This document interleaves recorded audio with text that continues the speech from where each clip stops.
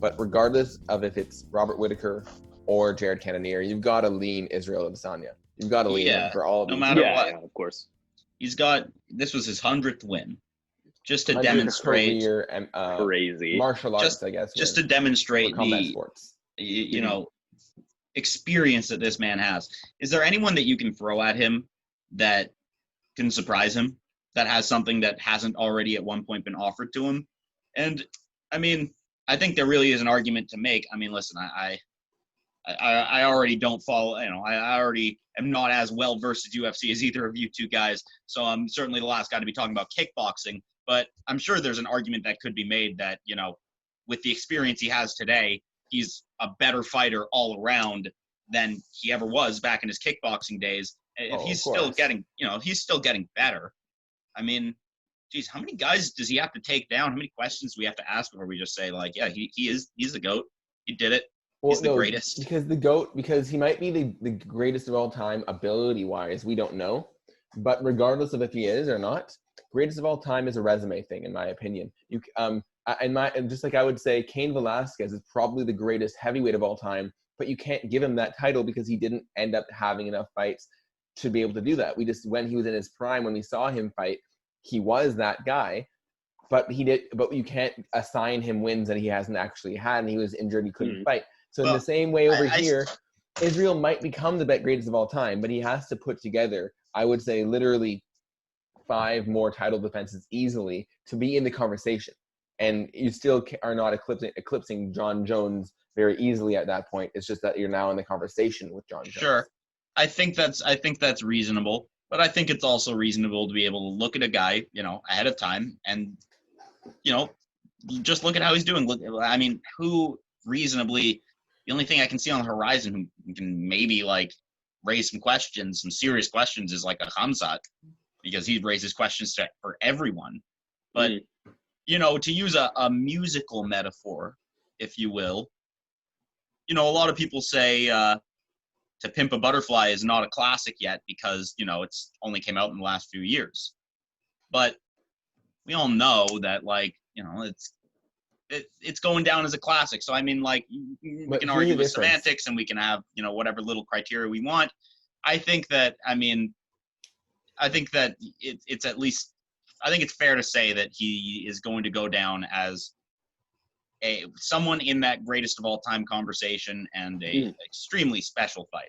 So a once in a generation fighter. Here's what I would actually say about that. I think that's a good metaphor. To Pimp a Butterfly is an album, right? It's like a single fight. It's like saying the Gastelum fight, we all know, is going to be an all-time classic. It's not maybe old enough to be an all-time classic, but we know it always will be. However, you can't say that you couldn't say after The Butterfly at that moment that Kendrick was the GOAT. You could say maybe he's going to have the GOAT career, but he has to come out with 3 more of those albums in order to be in that conversation. Just like Adesanya, what he's done so far is right up there, but he has to replicate it for a few more years before he can actually be part of that conversation. Before that, it's just speculation, and I really think that he will. I agree with you. I very just think confident it's in too early to say anything. It's just not fair. My question, I guess, Adam, if you want to weigh in on this, go ahead. Yeah, I agree to the point that his resume will say a lot over the next few years. And I mean, he was mentioning he's like light heavyweight John Jones, even heavyweight Stipe, which are crazy fights. So I can't picture him gaining that. I can't picture him gaining any weight. Seems like one of those guys is just permanently skinny. So I think he's definitely on the right track right now. I mean, he just looks like unstoppable. And so we'll see in a couple of years. I definitely agree that he is in potential talks or he's on track for being in potential talks for sure. Yes. I think when you see this happen enough times, when you see this pattern of just these special guys, I think it's easier to call him. Yeah. I mean, people are already looking at Khamzat and saying he could be that special guy too. I mean, but so I have actually 2 things to say. So I had a question that I'm going to ask you guys in a second about the weight switch. But before we get to that, actually, just thought of this. Why would you start saying this about Izzy? Why wouldn't you say this about Kamaru? Kamaru's undefeated, just like Izzy is. Oh, I Kamaru absolutely has- think that I Kamaru think doesn't get enough credit as Kamaru's being got- a phenomenal holder of two- the welterweight of one of the two most title defenses, hotly just like contested belts in the UFC, one of the most they heated both have divisions. They both have two title defenses. Kamaru's arguably beat better competition. Kamaru's got more fights in the UFC, I believe. They're both undefeated.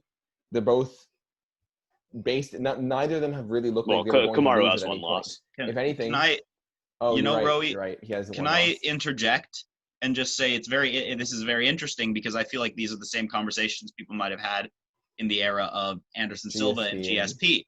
Anderson Silva was pretty much the undisputed, he was the popular consensus greatest of all time, and it's because not only was he beating people, it was flashy. They were both making their opponents look completely outclassed, but one of them was very flashy about it.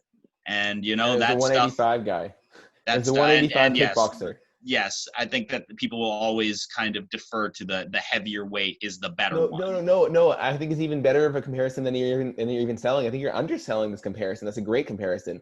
You have the 185 flashy kickboxer guy who's a skinny guy that knocks out all those big power punchers. Everyone's like, what the fuck? How's this happening? Mm-hmm. And then at 170, you've got the guy that Russell fucks everybody.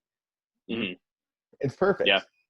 And the guy, and to further the comparison, if I'm recalling, GSP for his era, for his weight, he was phenomenally powerful and strong, much more so than a lot of his competition. Kamaru, it's the exact same thing. He is phenomenally powerful and strong for his for the division. People can barely wrestle with him because he can just out muscle them. It's the physicality, yeah.